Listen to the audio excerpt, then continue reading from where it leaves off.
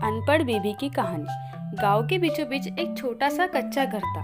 उसी घर में रामू अपनी पत्नी गौरी के साथ रहता था। रामू शहर में मजदूरी करता और गौरी घर के सारे काम और गाय भैंसों की देखभाल करती। गौरी बहुत मेहनती थी, मगर उसकी एक कमी थी, वह अनपढ़ थी। बचपन में गरीबी के कारण वह कभी स्कूल नहीं जा पाई। जब उसके पिता ने उसका ब्याह रामू से किया, तब भी उससे पढ़ाई की कोई समझ नहीं थी। शादी के बाद रामू कई बार उसे कहता, गौरी थोड़ा पढ़ लिख लिया करो, आजकल के ज़माने में तो हर चीज़ के लिए लिखना पढ़ना ज़रूरी है। लेकिन गौरी हंसकर टाल देती, अरे रहने दो जी, पढ़ाई लिखाई मेरे बस की नहीं, मैं तो बस खाना बना लूँ, घर संभाल लूँ, वही बहुत है। रामू उसे समझाने की कोशिश करता, पर गौरी को पढ़ाई में कोई दिलचस्पी नहीं थी।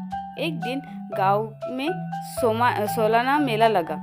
गौरी भी जाने की जिद करने लगी। रामू ने उसे 200 रुपये दिए और कहा, देखो पैसे संभाल कर रखना और हिसाब से खर्च करना। गौरी खुशी खुशी मेले में गई। वहाँ खिलौने, मिठाइयाँ और कपड़े देखकर उसका मन ललचा गया।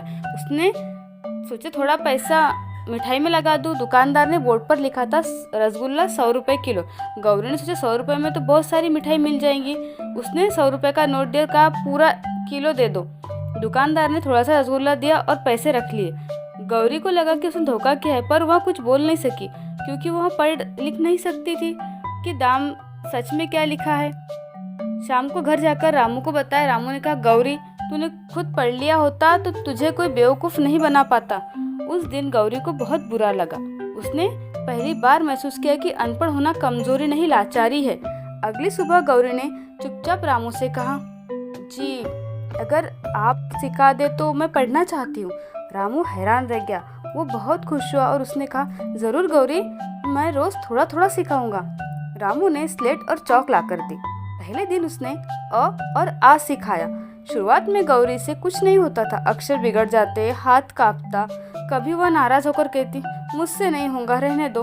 पर रामू उसे प्यार से समझाता, हर चीज़ सीखने में वक्त लगता है, तू बस कोशिश करती रहे। धीरे धीरे गौरी ने अक्षर पहचानना शुरू किया, फिर शब्द पढ़ने लगी। अब वह रामू का अखबार उठाकर हर्फ हर्फ करके पढ़ने की कोशिश करती। कुछ महीनों बाद गौरी इतनी सीख गई कि खुद अपना नाम लिख सके और पैसे भी गिनना जान गई। एक दिन डाकिया चिट्ठी लेकर आया। पहले हर बार पड़ोसी से पढ़वाती थी चिट्ठी गौरी, पर इस बार उसने खुद पढ़कर सुनाया। रामू का काम बढ़ गया है, उसे अब शहर में ठेकेदार का पद मिला।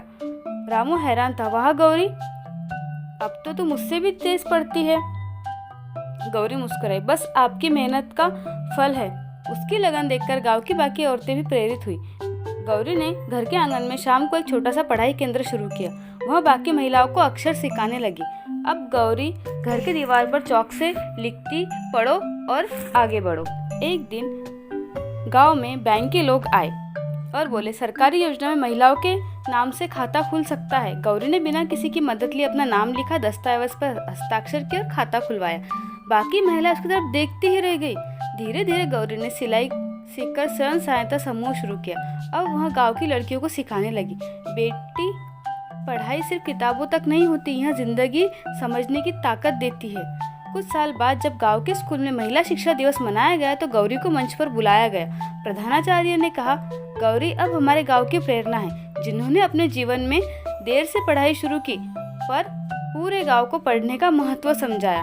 गौरी ने माइक पर धीरे से कहा, मैं जब अनपढ़ थी तो दुनिया मुझे धोखा देती थी, पर जब मैंने पढ़ना सीखा तो मुझे खुद पर भरोसा आ गया। बहनों, सीखने की कोई उम्र नहीं होती, अगर चाह लो तो हर दिन नया आरंभ बन सकता है। पूरा गांव तालियों से गूंज उठा। रामू की आंखों में गर्व के आंसू थे। गौरी अब अनपढ़ बीबी नहीं बल्कि गांव की शिक्षिका बन चुकी थी।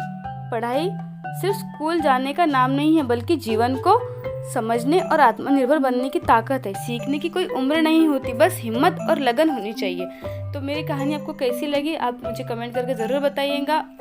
ओके, और चैनल को सब्सक्राइब भी ज़रूर से कीजिएगा।